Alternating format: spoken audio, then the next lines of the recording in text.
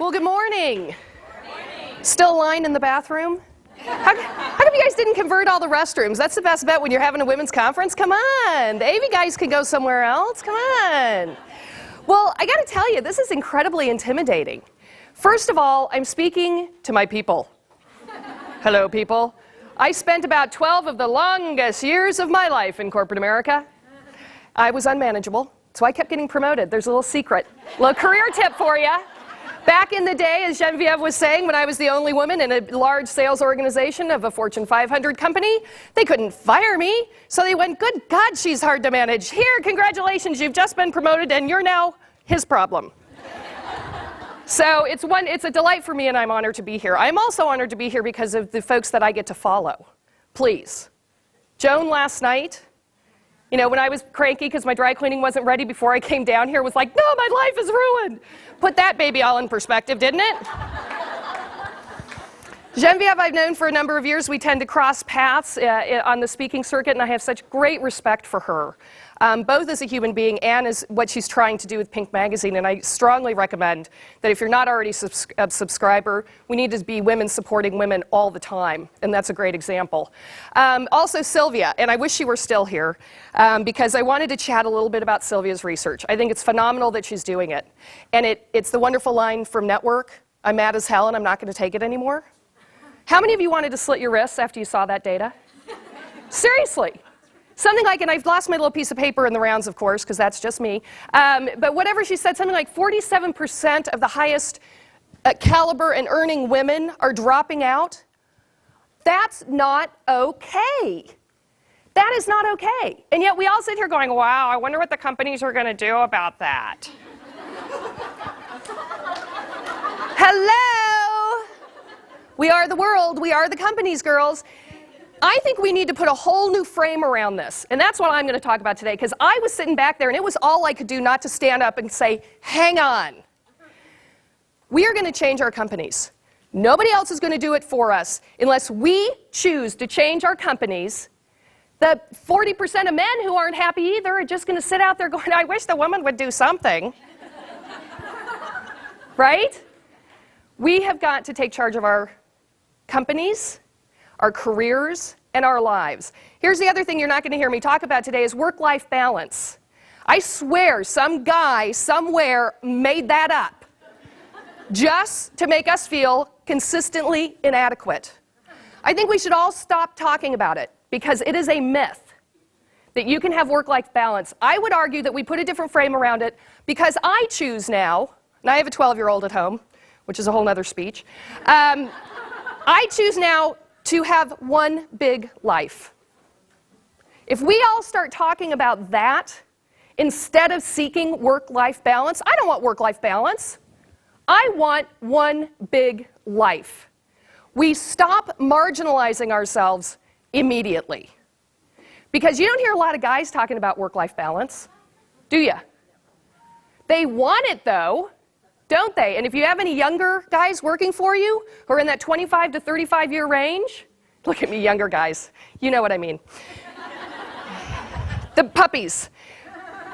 If you got those puppies working for you, they actually want work-life balance, but they're not calling it that. So we need to get that out of being a women's issue. It's not a women's issue. Choose to have one big life, okay? So that's my little rant that I started writing back there. Now I'll actually talk about what I was supposed to talk about. So unlike your previous folks who chatted with you, the first thing you have to do for me is over the next 50 minutes or so, I want you to forget everything you know about business. Everybody's like, okay, this I can do. Good. Want you to forget everything you know about business, because here's the trick of this. How many of you have been working for at least 5 years? Raise your hands. Okay, raise them up high and keep them up. 10, 15, 20, 25, look around the room, 25, 27, I'm going up to 30. Look at this. I'm only going to go that far and I'm going to say, you look fabulous. And God bless you for being out there slugging it out. Did you see all the ones with their arms up going 30 going, I'm not looking at anybody else. No wonder I'm so tired. 30 years. The greatest gift that this room has is your knowledge and your tenure in the world of business. The greatest weakness this group has is your knowledge and your tenure in business. Because what happens? There's somebody I just met a moment ago who it's your second week at Cisco. Yay, rah. What a great way to start, right? Great way to start. Because here's what happened. She came in 2 weeks ago. Hi, how are you? Very, very happy to be here. I tell you the company she used to work at, but she's really happy to be here. Really happy to be here. Hi, first meeting, hi, teammates, hi, very excited. Start talking. What's the first thing she does? Raises her hand. She goes, oh, have you guys ever thought about? And what do we all do? Yeah. We roll our eyes. We go, isn't she cute? We tried that in '86. Didn't work then. Not gonna work now. I give her about 6 weeks. We'll grind that enthusiasm right out of her. Because that is the hardest thing about what we do. We spend our whole careers becoming experts. So there's nothing we haven't seen, haven't done, haven't dealt with. No employee problem, no business problem, no client situation. And so somebody gets halfway through a new idea, and we're either nodding our heads yes or no. We've already moved on before we even listen to them. So for the next 55 minutes, I want you to do me one favor. I want you to become a beginner again. I want you to believe that there is nothing you cannot achieve. Because in the mind of a beginner, all things are possible. In the mind of an expert, only a few. And I want you to become beginners again, not necessarily in business, but as a human being. Because we have the same voice in our heads about our real lives, the rest of our life, the other part that we try to do in less than 75 hours a week, apparently. Sheesh. Don't even get me started again. So we need to apply that same theory that there's nothing we can't accomplish. And listen to the next, what I'm going to share with you with that frame of reference in your head. And every time that little voice starts, did anybody go to PBWC up in San Francisco a couple days ago? It's a couple of you.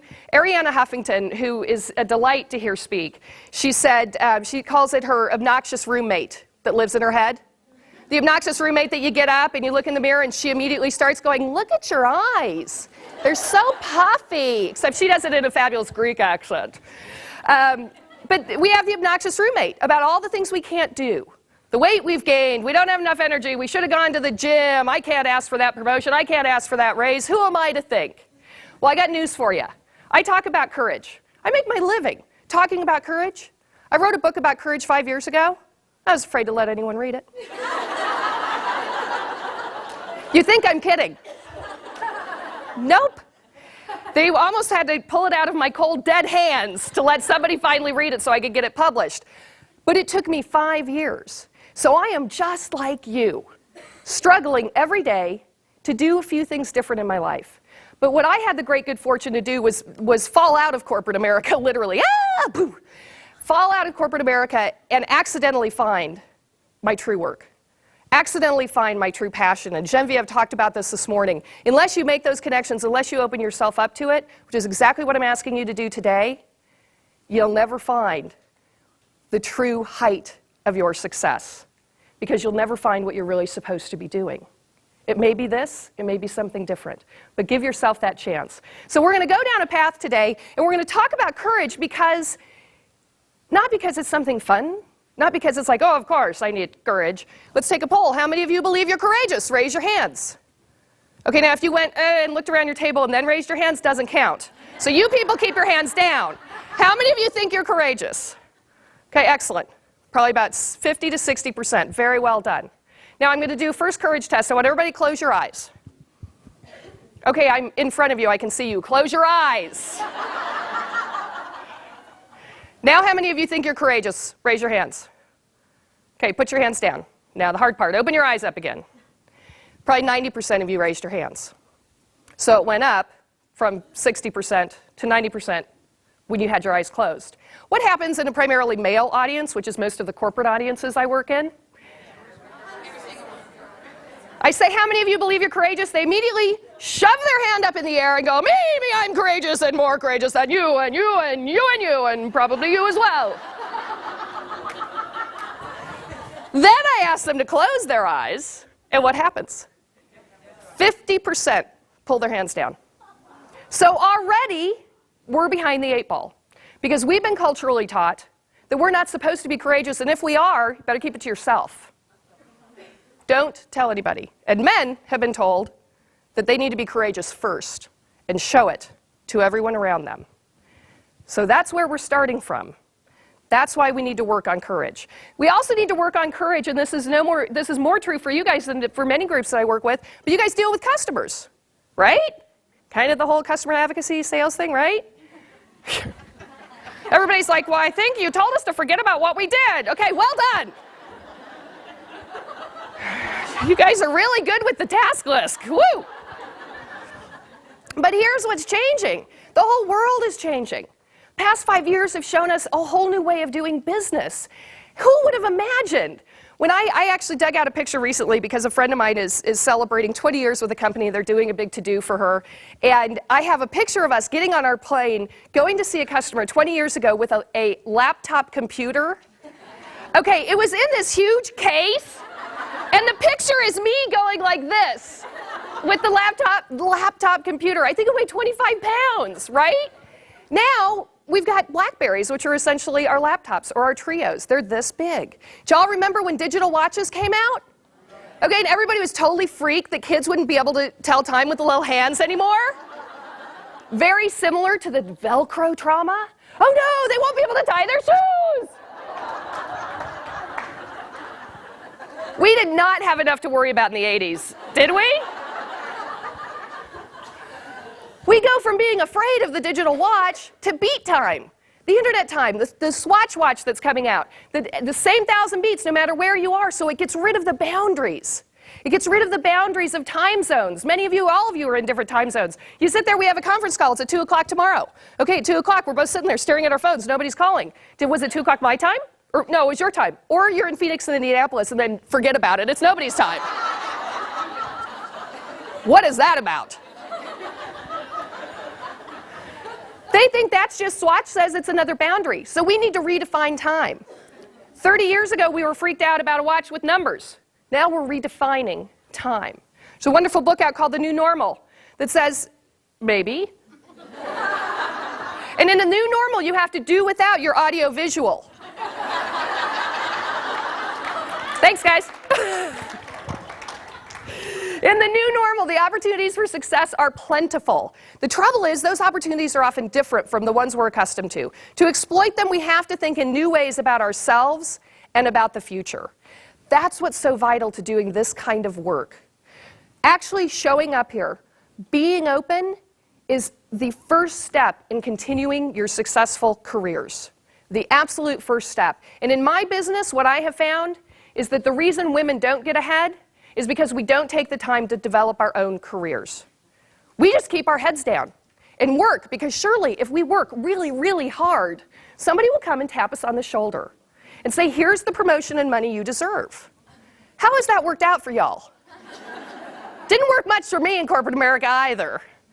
We have to find a way to look at things differently, and the only way to do that is taking the time to do these things and building those networks, which we're going to talk about.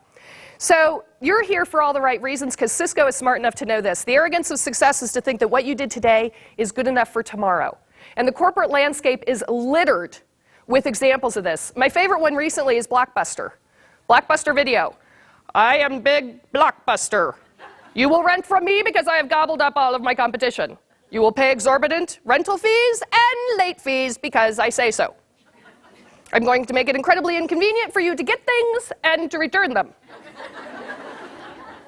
And we all went, thank you. We went in with our money, right? All of a sudden at $99, here comes Netflix. How many of you belong to Netflix now? I love Netflix. I never even knew I needed it. But I get on that queue every day going, oh, what's out today? And I'm moving all my movies around, right? I love my queue. I've become emotionally attached to my queue. Netflix said, I don't know, call me crazy, but I don't think it should be this hard. And oh, by the way, the number one commodity that everyone in the world has right now is time, right? We don't have any time. We need more time. What's the best way to have more time around running videos? Oh, they just show up. And then you send them out in the mail again. Oh, it's a perfect world. And what happened to Blockbuster? Second year that Netflix was around, they lost $1.2 billion. Third year, $1.1 billion. Fourth year, all the way down to $1 billion. Last year, $600 million. They're starting to catch on, but it's causing them a great deal of pain. Netflix didn't do really anything different. They're still renting DVDs. They just gave it a different delivery system that made it more user-friendly to customers where time is essential to us. So we're learning, and Cisco is smart enough to know we have to pay attention to this. Just because we're successful doesn't mean we get to sit back and do nothing. So why do we need courage? Because to create success into the future, we have to redefine our business and our careers every day. The Netflix Blockbuster is exactly the perfect example of that. And now, because priorities organizations' businesses now change overnight, not over a year. Do you remember the 80s, for those of us who are old enough? Weren't they fun? We had so much time. You know, somebody would say, we think we're going to go through a merger, and 8 years later, they would go through it.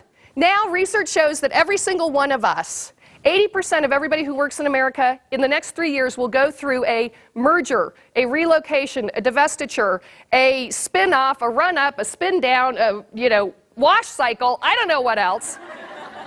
Although I do want to know what Genevieve's washer dryer is, now that I make that connection. We are going to go through some kind of upheaval in our businesses, and certainly our customers, as we know, are going through it every day. So that's why we need courage. The other reason we need courage is because we will never, ever, ever have all the information we need to make a decision. Those days are long gone. When I grew up in corporate America, we would have a big decision to make, and we would have a task force. And then we would have the task force meet for about 6 years, and then they would put together a very impressive 3-ring binder for us all to review. They would go to another task force, but then we'd realize the question had changed, so it went back to the first group. And we would talk and talk and talk. We don't have time for that. On average, in 1996, it took 7 years to bring a product to market that was new and unique. Guess how long it takes today? 7 weeks. And do you know how much time you get alone in the market with your brand new spanking product? 7 weeks. 7 weeks. That's why we need courage. We also need courage because to truly innovate, which I think you guys are doing all the time, to truly innovate for ourselves and our careers, which is what I'm going to spend a lot of time talking about, and for our customers, we have to be willing to risk.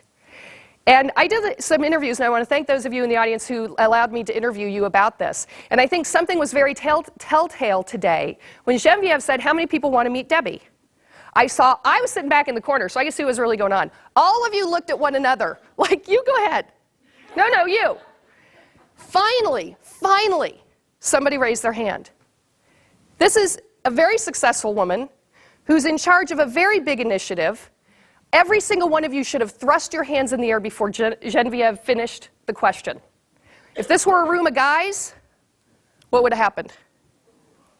They'd be raising their hands going, no, me, I'm more courageous, I should get it first, because I raised my hand first. You guys have to find a way to get comfortable risking. Because if you're afraid in this company, I mean not the company Cisco, but in this company of your female peers, if you're unwilling to raise your hand, we don't have a hope in heck of changing this company. We don't. So we have to be willing to risk. So when I looked at this all was an outgrowth of a project I did originally for a company in the Midwest. And I truly believe that language creates a culture. That's why I want to change the frame around work-life balance, call it one big life, etc.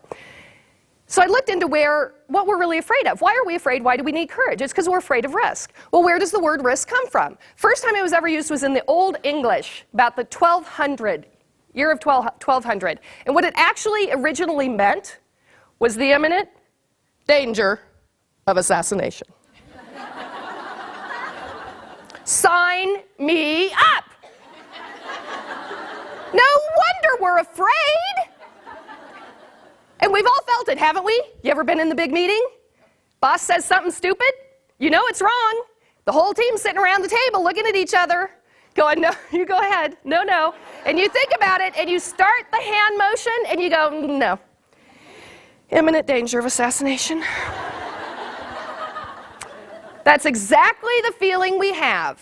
When you get the little flutter in your stomach, that's what you're afraid of. We're afraid of judgment. We're afraid of being wrong. We're afraid of all those normal things. But here's what I wanted to find out, is why was it when you were courageous, you felt so great? It's a wonderful quote by Nin, our lives expand or recede based on our ability to be courageous. Don't you feel that? When you do something that you're afraid of, don't you feel great? Have any of you done like this, whoa, I'm a public speaker, wait, give me a minute. The parachute thing that they dragged you behind the boat, like in Mexico or something, or hang gliding or bungee jumping, drinking a little margarita at the time, I'm sure, just like I was. How did you feel after you did it? Awesome, exhilarated, empowered. That's what courage does for us. Imagine if you could feel like that more often. Just imagine.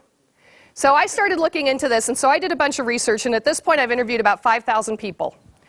And I've interviewed them, men, women, across all walks of life, but I found certain things to be true. The first thing I learned to be true is that courage is a personal, individualized concept. So have you ever had somebody come up to you and say, oh, that was so courageous, that took guts, I can't believe it.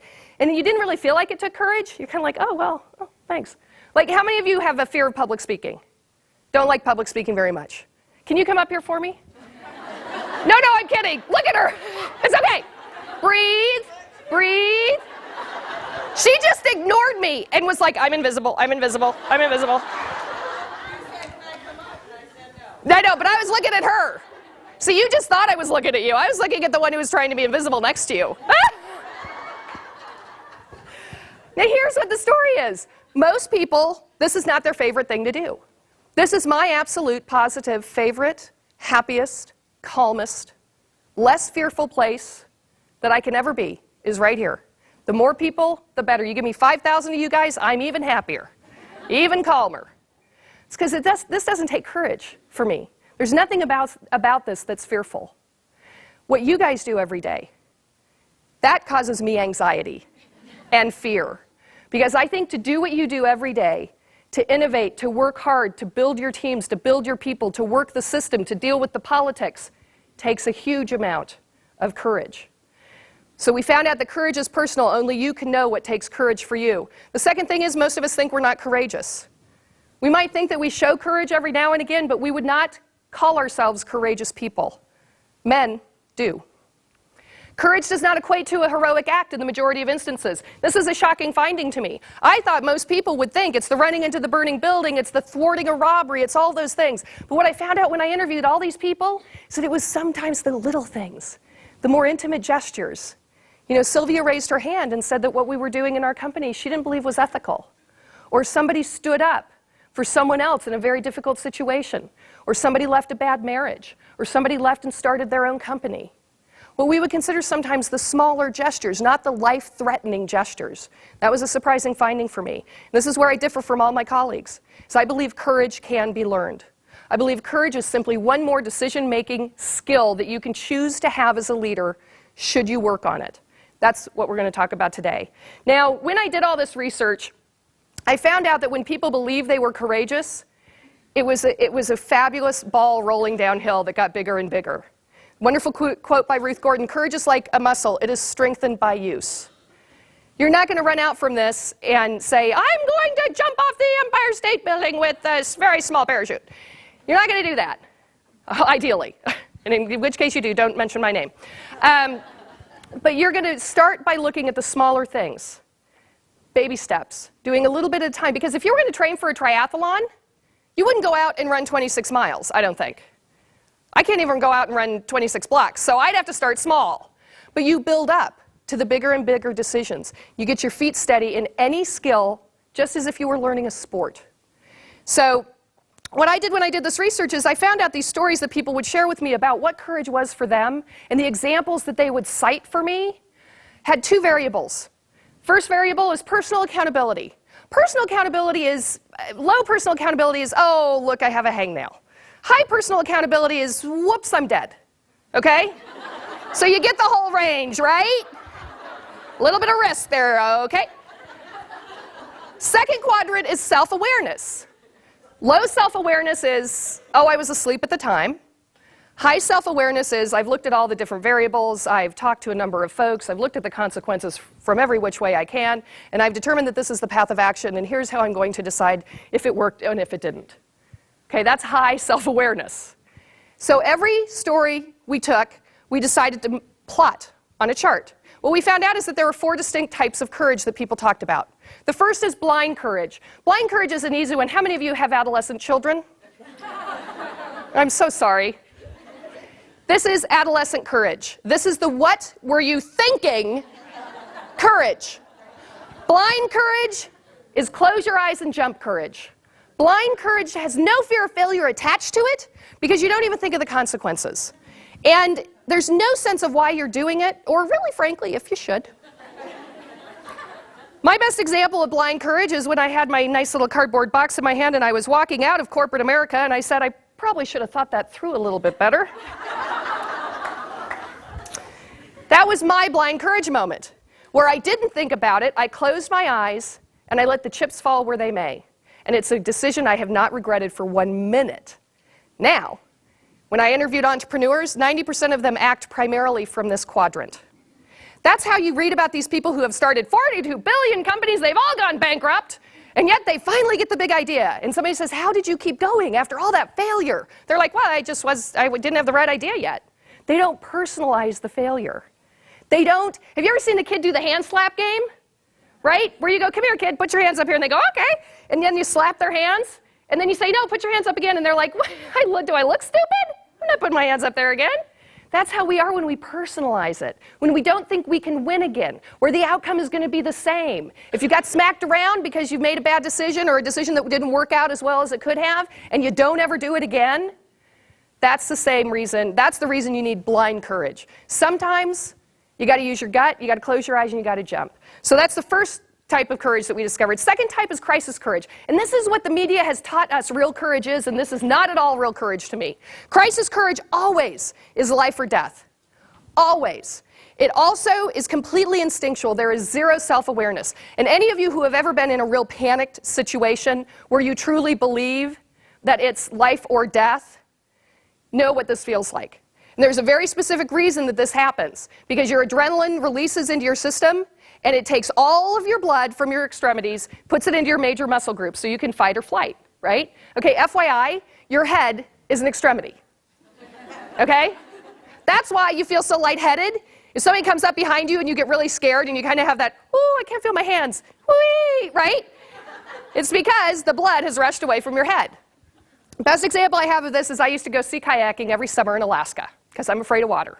It's a whole other speech. And therapy session, I might add. So I used to go sea kayaking in Alaska. And the gentleman that I was traveling with at the time, we were in a group of 4, and my friend Matt and I and 2 other folks from the trip were taking a hike. And we were hiking up along beneath this raging waterfall. And as we came to go underneath the waterfall, there's a gentleman in front, my friend Matt, me, another guy behind me. And I was watching Matt's feet, because we're on a piece of ground that's like this, right? And we're inching behind the waterfall, and all of a sudden, beneath Matt's feet, I see the rock just drop out. It was like a cartoon. His little feet went, whoop, whoop, whoop, whoop, whoop. I grabbed a hold of a root that I saw on the rock wall, apparently, put my hand out, he grabbed me with both hands, and I swung him, I swung him to the guy behind me. The guy behind me shoved him face first up against the wall, and then we all stood there. Now, being a professional speaker, one with words, I decided to be the first to speak, and I looked at Matt and I went, oh! And he looked at me and articulated, and I said, and he went, and off we went, leaving the poor guy on the other side of the little empty hole now, going, hey!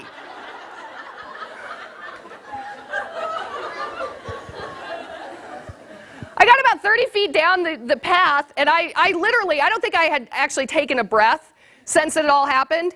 And all of a sudden my knees are like, and I was like, I'm going to throw up, I'm going to throw up. Here's the thing about that. I didn't even know I had seen something here that I could grab a hold of. And FYI, I have the upper body strength of a 7-year-old. Matt weighs 180 pounds. And yet I put my arm out, which if I would have had time to think, I would have been like, bye, see ya. Because logically, he would have pulled me after him, right? I grabbed the root, I swing him over, and Tahiti at the time.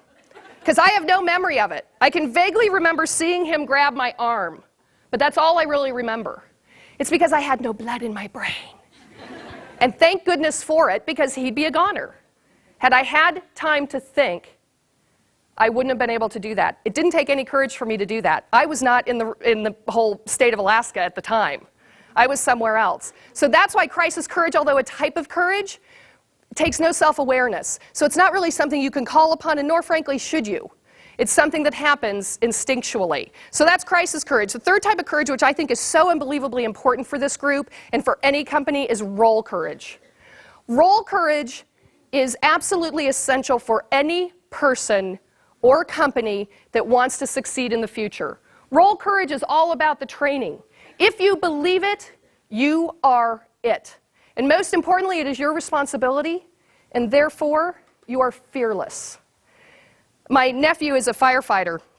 In Colorado, in a number of years, they had huge fires over the summer, and he had, been driving home from something, and there was a big fire, and he ran into the burning building and rescued the 6 children and the dog and the cat and the RV, and, gave the dog a bath, and I don't know what else he did. But it was this amazing rescue, and he was on the front page of the newspaper in Denver. Well, his niece wanted to take him to show and tell. Oh, isn't that cute? Yeah. So, of course, all the girls get wind of this, and we're a big family of girls, and all the girls get wind, so we're all going to go with. See him, big Dave. And Dave is this enormous man. He's like 6'6". His neck is, what little of it you can see, is as big as my thigh. He basically could lift this side of the room up and go, here, hold this, right, and walk around here. Huge guy, very, he's been a firefighter for 25 years, okay? 25 years, very well respected. We're in the big man SUV, as one is wont to have if you're a big burly firefighter. We're in the big man SUV, and we're going to the grade school on the day of show and tell. And we get about a mile away from the grade school, and Dave pulls over the side of the road. Now, there's a bunch of girls in the back. We're all cha-cha-cha-cha-cha. All of a sudden, we notice we're pulled over, and he's out behind the back of the truck. And I turn around, and I look out the back window, and this is what I see.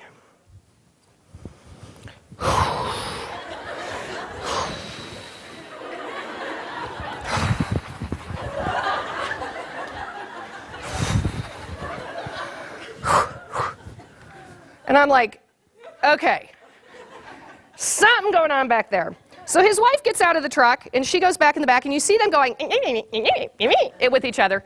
He comes around and gets in the passenger side. She's now behind the steering wheel. I look at Dave, and he has got sweat streaming off of him. His little gray firefighter t-shirt's all wet around the ring here, right? And I'm like, Dave, you okay? He's like, shut up. I'm like, okay. And now everybody's very quiet in the car because we're like, what, clams at lunch? We're like, what's going on? We get to the school, and we get out of the car, and we're all walking toward the school, and I turn around, he's still sitting in the car. Finally, we get him out of the car. We get him into the hallway of the school. He is so lightheaded and so terrified that he's sitting in one of the little teeny tiny kid chairs. I'm shoving his head between his knees because I'm like, if you pass out, not 7 of us could get you up again. So you're not passing out. So, of course, again, I'm trained working with people, helping them fulfill their potential. So as he was sitting in his little kid chair and time is a-wasting, we got to get in there. There's a 5-year-old, class of 5-year-olds waiting for him. I leaned down into him to give him some words of encouragement. So I leaned down into Dave's face and I said, Dave, they're 5! Suck it up, man, for God's sake, what's wrong with you? Stop, stop, stop, stop, stop, stop, stop, stop.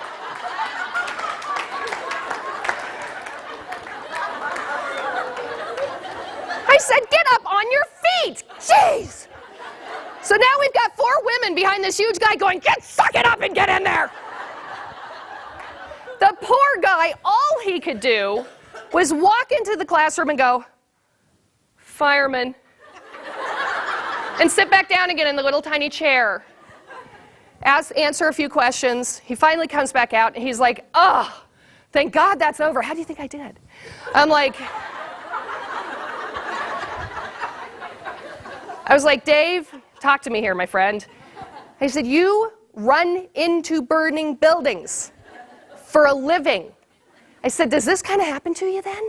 You know, you might have been in business for 25 years as a fireman because you've never been to a fire. And he looked at me, and this is when I finally understood what Roll Courage was really all about. He looked at me and he said, well, no, that's totally different. The moment I hear that bell go off, the moment I see smoke, the moment I smell smoke, everything about me becomes about my training. And this is the profound thing. He said, I know without a question that I will do the right thing for myself, for the people in that building, and for my team. I will always do the right thing, given the information I have at that moment. I'm that confident of my training. Think of how powerful that is. How many of you believe with 100% confidence that everything you do every day, every moment as a leader is absolutely, positively the right thing for your company, your people, your customers? Raise your hand. A couple of you. That's pretty good. Usually I don't have anybody. Well done. 4 of you. How many of you would be so empowered if you had all the training you needed as a leader to feel that way? Raise your hands. Exactly.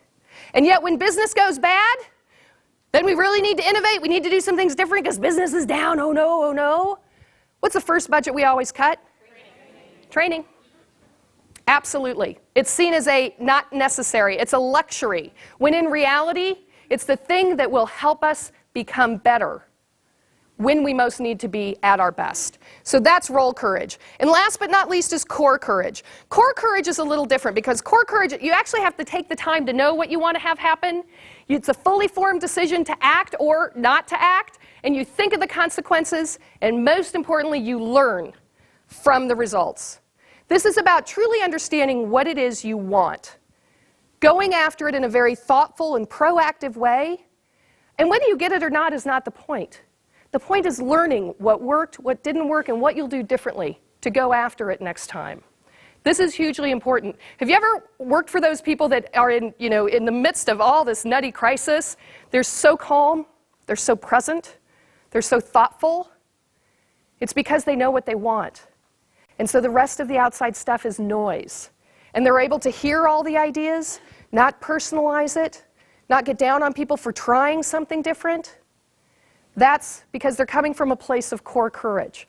Now, the important thing for you guys to understand is that all of these types of courage are important. There's no one type that's better than the other.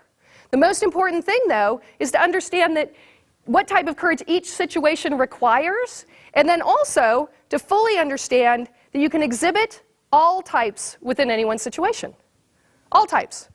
I told you I started this project because a company came to me, said they wanted to find a way to become less risk averse. Okay, syntactically they were already up a creek, but that's a whole other story.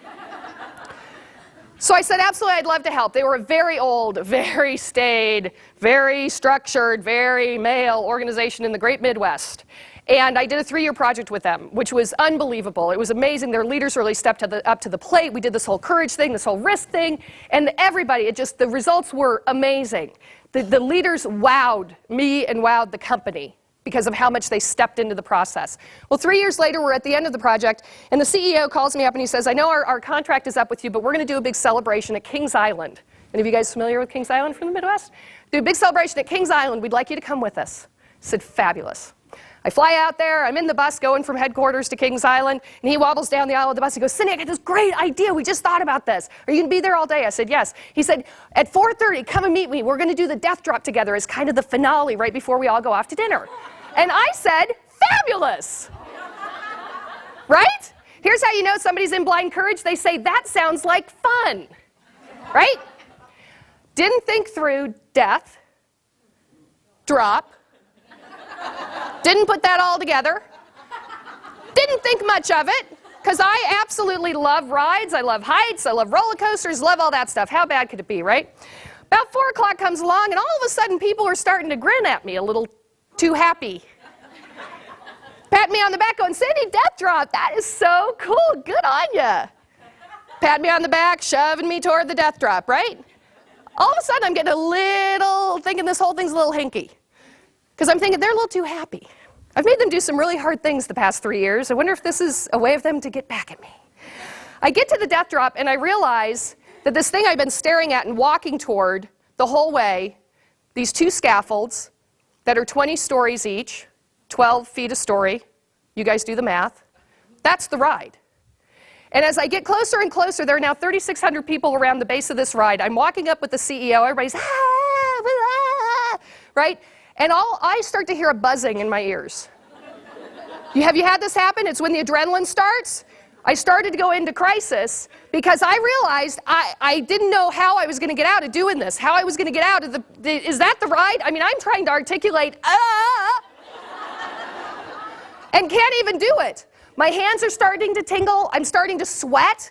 I get up to underneath the ride, and all of a sudden, the 12-year-old who's in charge of the ride and my life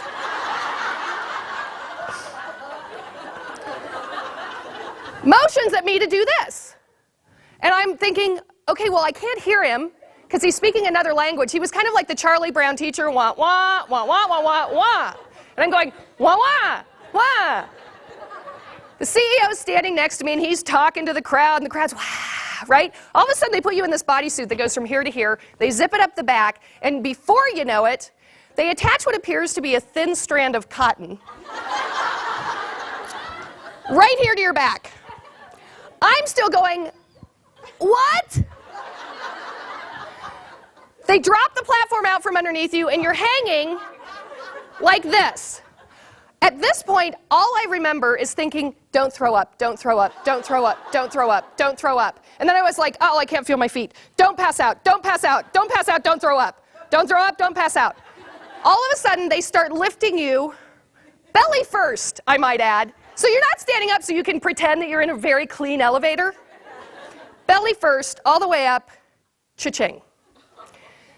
At this point, I'm trying, I know what's happening to me, I'm giving myself my speech in my head, going, okay, you're in crisis courage now, you need to get your breathing under control, step back from your emotions.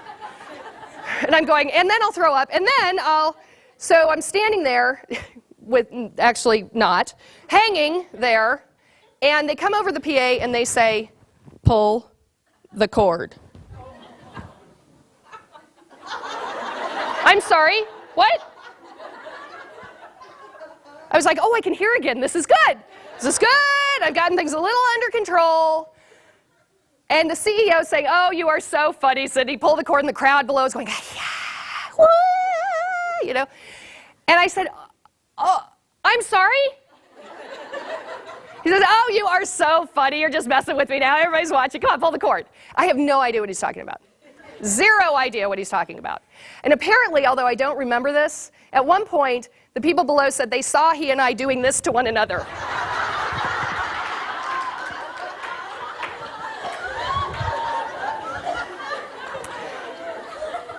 They come back on the PA. I'm now talking myself through. I can feel my hands again. I just can't get them out from this position. I have now understood that there is a cord over here that somehow releases us to our death. And I'm trying to get myself into roll courage. Okay, here we go, getting there, working at, giving myself my speech in my head. They come back on and they say, ma'am, which pissed me off. Pull the cord. At this point now, I'm finally getting a grip. He's now really angry, and I'm thinking, I wonder if I got my check yet.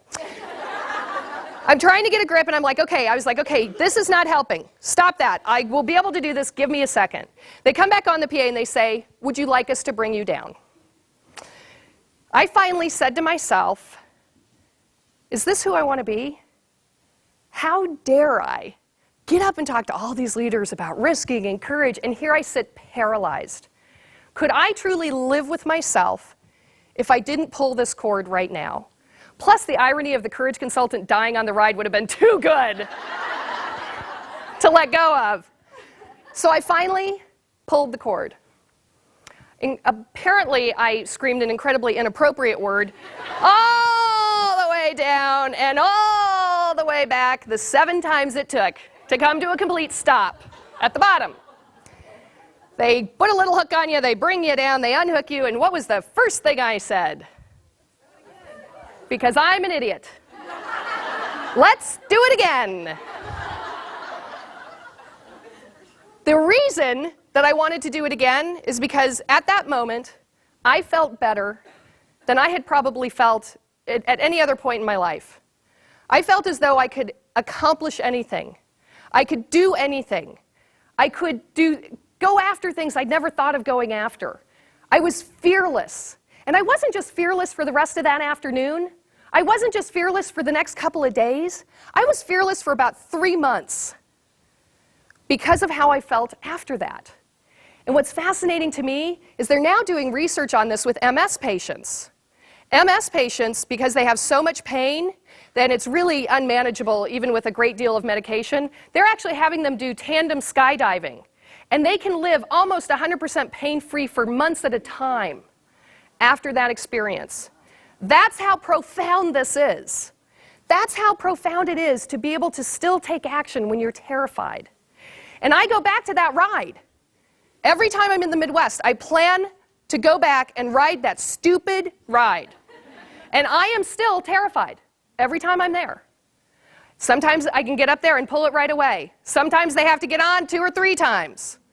But I can always pull it. And I always feel amazing afterwards. Imagine if you could feel that way. And not only did I go back and feel fearless, but I changed the whole way I did business. I went after projects. I went after companies. Cold calling companies I knew I could help. And I doubled my business in 3 months because I wasn't afraid of anything. Not a thing. So what type of courage do you act from? All the people I work with, we all act from different types of courage, and especially when we're stressed out. What I found out in this research is I was a blind courage addict. I was an addict. Jump off of something, excellent, sounds fun. Because then I didn't have to attach to the outcome. Then I didn't have to be responsible for the failure if it didn't work. It made it easy for me. What I learned is that if we pay attention to what type of courage our teams need for us to be successful, and start consciously reacting in specific ways and choosing what type of courage we want to act from. Do we need some role courage? Does my team need more training? Do we need to be thinking about things differently? Or you know what, frankly, do we just need to close our eyes and jump? I'm sure corporate America hasn't changed too much because I remember basically sitting in meetings discussing a project I wanted to do for the 400th time and saying, okay, we can talk about the budget one more time, but can we just do it, please? Right? I'm sure that doesn't happen here at all. What's the worst thing that can happen? We have to find a way to live this quote. Courage is not the absence of fear, rather it is the capacity to move ahead in spite of fear. We're all going to be afraid. We're always going to be afraid. That's okay to be afraid. If you aren't afraid at some point, you're just not paying attention. But courage is the ability to still take action. It's being able to pull the cord. So what's stopping us? Well, look next to you. It's your peers. It's the eye rollers. It's the ones who are back at the office right now going, oh, well, she's in her conference. We're here working while she's at her conference. Not that any of your colleagues would do that.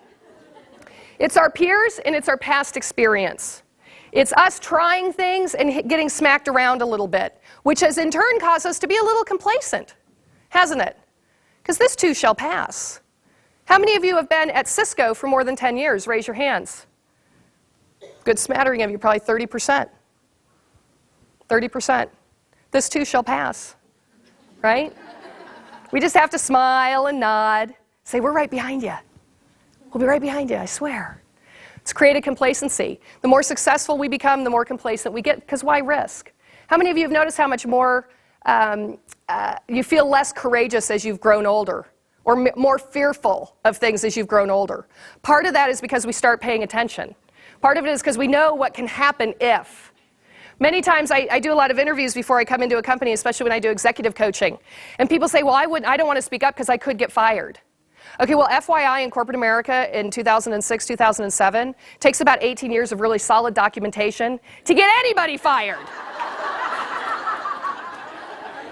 So not a real fear. Everybody's like, you know, good point, and she's sitting right here. No.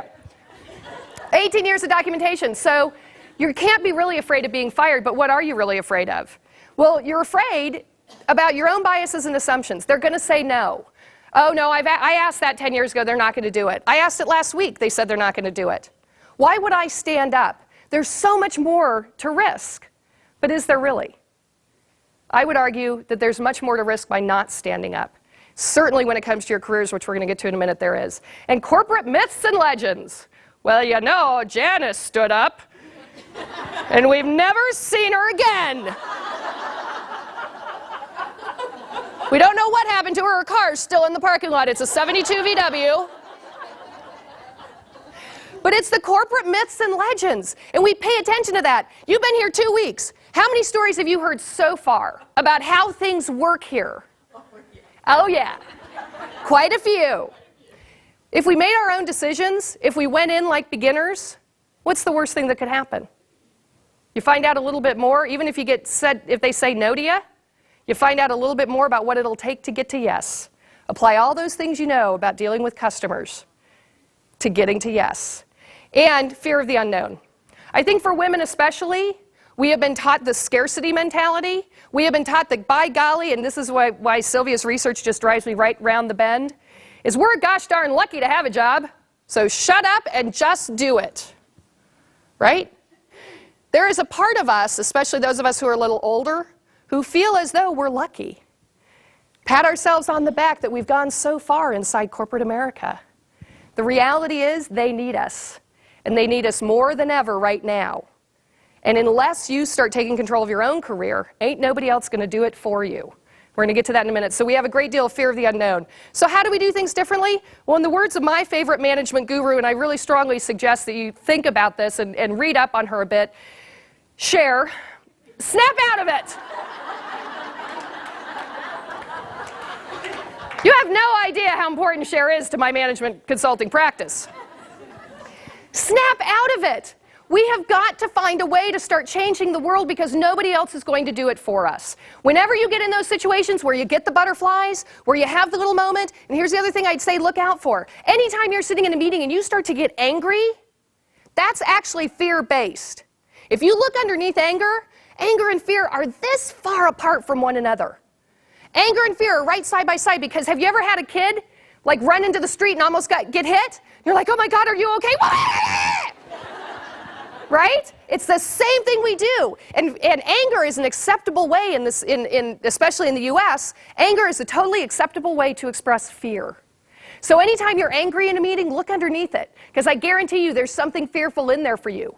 Somebody's doing something, they're hurting a project of yours. If they say that, we're going to have to do a whole different thing. What are they thinking? And then you start to get angry. But it's based in fear. So when you have that moment, just follow our girl Cher's tips here. Stop. Don't talk. Take a big deep breath. Try and understand where the feeling's coming from. What was said? What are you afraid of? But stop the forward momentum. Second thing is notice. Ask yourself, okay, what is it that I really want to accomplish here? What is it that's really happening here? A lot of times we pick a lot of battles we don't need to pick because they're inconsequential in the bigger scheme. But until we talk to ourselves about what it is we're really trying to accomplish, we don't see it and we jump into the fray anyway. And I think we lose a lot of our political capital by doing that, by standing up for the underdog, by taking care of the team, by doing all those things that we think we're so good at. But the reality is, get at what the business issue is inside of the situation, and then act. Make a decision, share it with people, and follow the decision out, and own it at the end. The last two steps are praise and process, and this is what we stink at. Something works, and we're all like, excellent, that worked, woo! Something didn't work, we picked that baby apart, guts all over the table, right? Poke, poke, was that your fault? Poke, poke, poke, poke. We don't praise just trying to do something differently. I tell the story about, we talk about customers who have needs that they don't even know they had. I had no idea I needed a $700 vacuum cleaner. You know which one I'm talking about. How many of you have got a Dyson? See, my girls. I love my Dyson. I love it. It gives me such a great sense of accomplishment because I can just have vacuumed this and then I'll take the Dyson and I'll vacuum it and there's 14 pounds of dirt in that little cylinder. It gives me, I feel it's all so clean now. I have a bad day at the office. I come back home. I'm sorry, I have to go vacuum now. I had no idea I needed a $700 vacuum. But here's what's interesting about the Dyson piece. Do you know how many prototypes he created in order to get that? 5,900. because he kept praising what worked, he kept looking at where the problem was, and he kept trying it again. Imagine how much better our business would be, especially with our customers, if we didn't run screaming every time something didn't quite work out the way we wanted, but instead sat down and had a conversation about what worked, what didn't, and what do we want to do differently next time. The other thing that that process does is it completely depersonalizes it. It's not about your failure anymore, and women personalize everything. Ariana had a great quote that I just have to share with you because it was just so hysterical. She said, women who have given birth, what happens that you don't know after you give birth is they actually put guilt back in where the baby came out. Because it's always our fault. It's our fault. Oh, the project didn't work, it's my fault. And then when credit comes around, oh, it wasn't me, it was the team. Well, yeah, but okay, so you're apparently not needed, you can go. Right? That's great that we give credit and we spread it around, but we also need to praise the process. We also need to look at what worked, what didn't. Where did we fall short, and where did we do well? So that's how you want to snap to help yourself in those situations. So how do you create a culture of courage for yourself?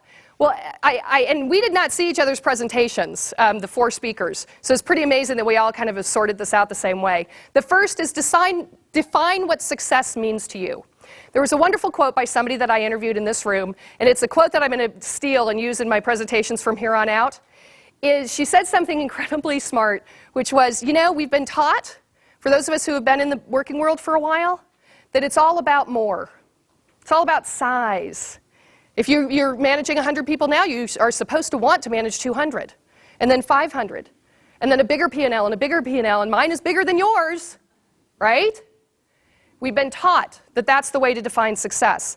I would argue that part of what holds us back and part of what holds back a knowledge economy is understanding what you're incredibly good at and deciding what you're going to choose to do with that.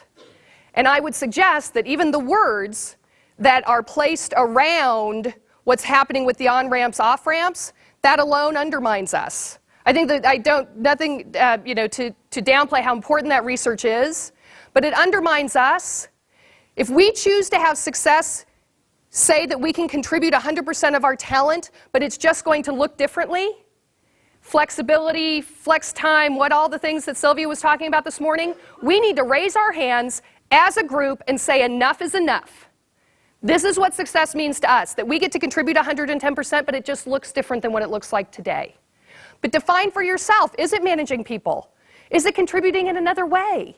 How can you best give your talent and skill to this organization and to your team?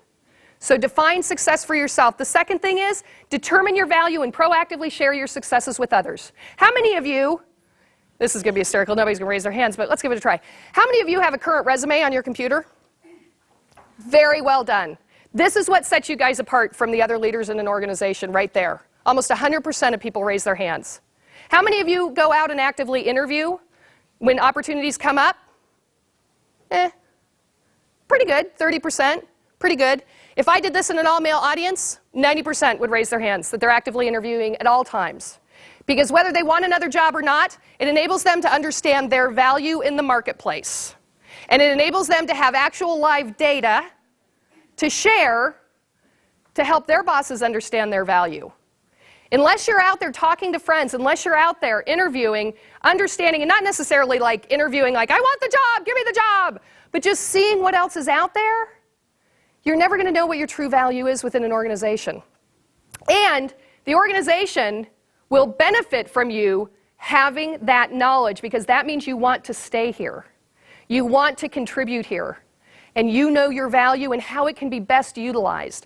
Debbie can't know every single one of you and all the other people in this organization that aren't here and know exactly how to apply your value and apply your strengths.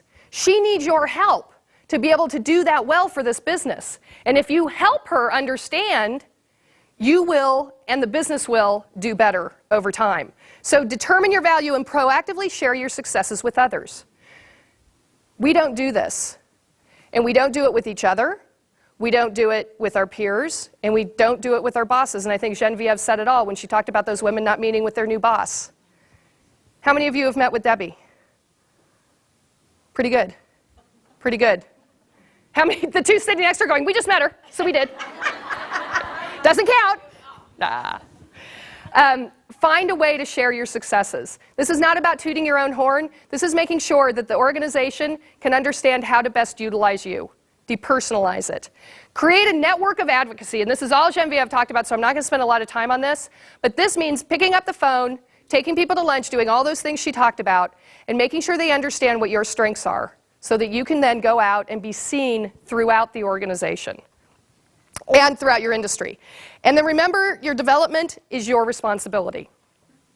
I grew up in a time in corporate America where I waited for somebody to tap me on the shoulder. And fortunately for me, because I was so unmanageable, it worked. But for those of you who are actually just talented and doing your jobs, unless you're actively, fully understanding what your strengths are and your weaknesses, and working your strengths, for most of us, we're of a certain age, our weaknesses are our weaknesses. They just are what they are. So find out what your strengths are and work them to further improve them, and put yourself in situations across the organization that will highlight those strengths. So how do you create a culture for your whole team? First is create a passionate purpose. Decide how your team wants to contribute to the overall goals of the organization. There's a wonderful quote in The Little Prince: if you want to build a ship, don't drum up the men to gather wood, divide the work and give orders. Instead, teach them to yearn for the vast and endless sea. How many of us get stuck in the detail of everyday work? Find a way to engage your team. Get them in a dialogue about what we can do differently, how we can innovate, what's working, what's not working, what we want to do differently. That's how you create a passionate purpose. The second piece of the puzzle is have the courage to ask for what you need to succeed. If it's training, it's training. If it's team building for your team, it's team building for your team. If it's more resource, it's more resource. What's the worst thing that can happen? They say no, and that's it. But when they say no, ask why, so you can start building the case for how you're going to get it next time you ask. Create and nurture your influence and power, and use it. There are people in this world, and y'all know there's a number of them in this room, who they know everybody. They're connected, right?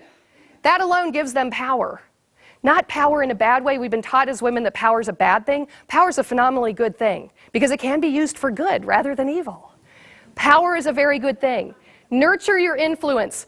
Any of you who do not spend at least 2 lunch hours a week out talking to people, meeting with people, meeting people you don't know within this organization, are 2 hours that you're useless to me. Because at this level, the only way to get things truly done is through relationships. If you don't have the relationships, it's not worth it for me. You can't get it done. You do great work, good for you, but you're going to sit right there and keep doing that work. You get things done through other people, so you've got to nurture your influence. And praise the process, not just the outcome. So I think for me, the underlying point about this is remember that there are no failures. There are only steps towards success. And the best thing you can learn about creating more courage for yourself is try it, learn from it, and repeat. It's not that hard. Depersonalize it, try it, learn from it, repeat.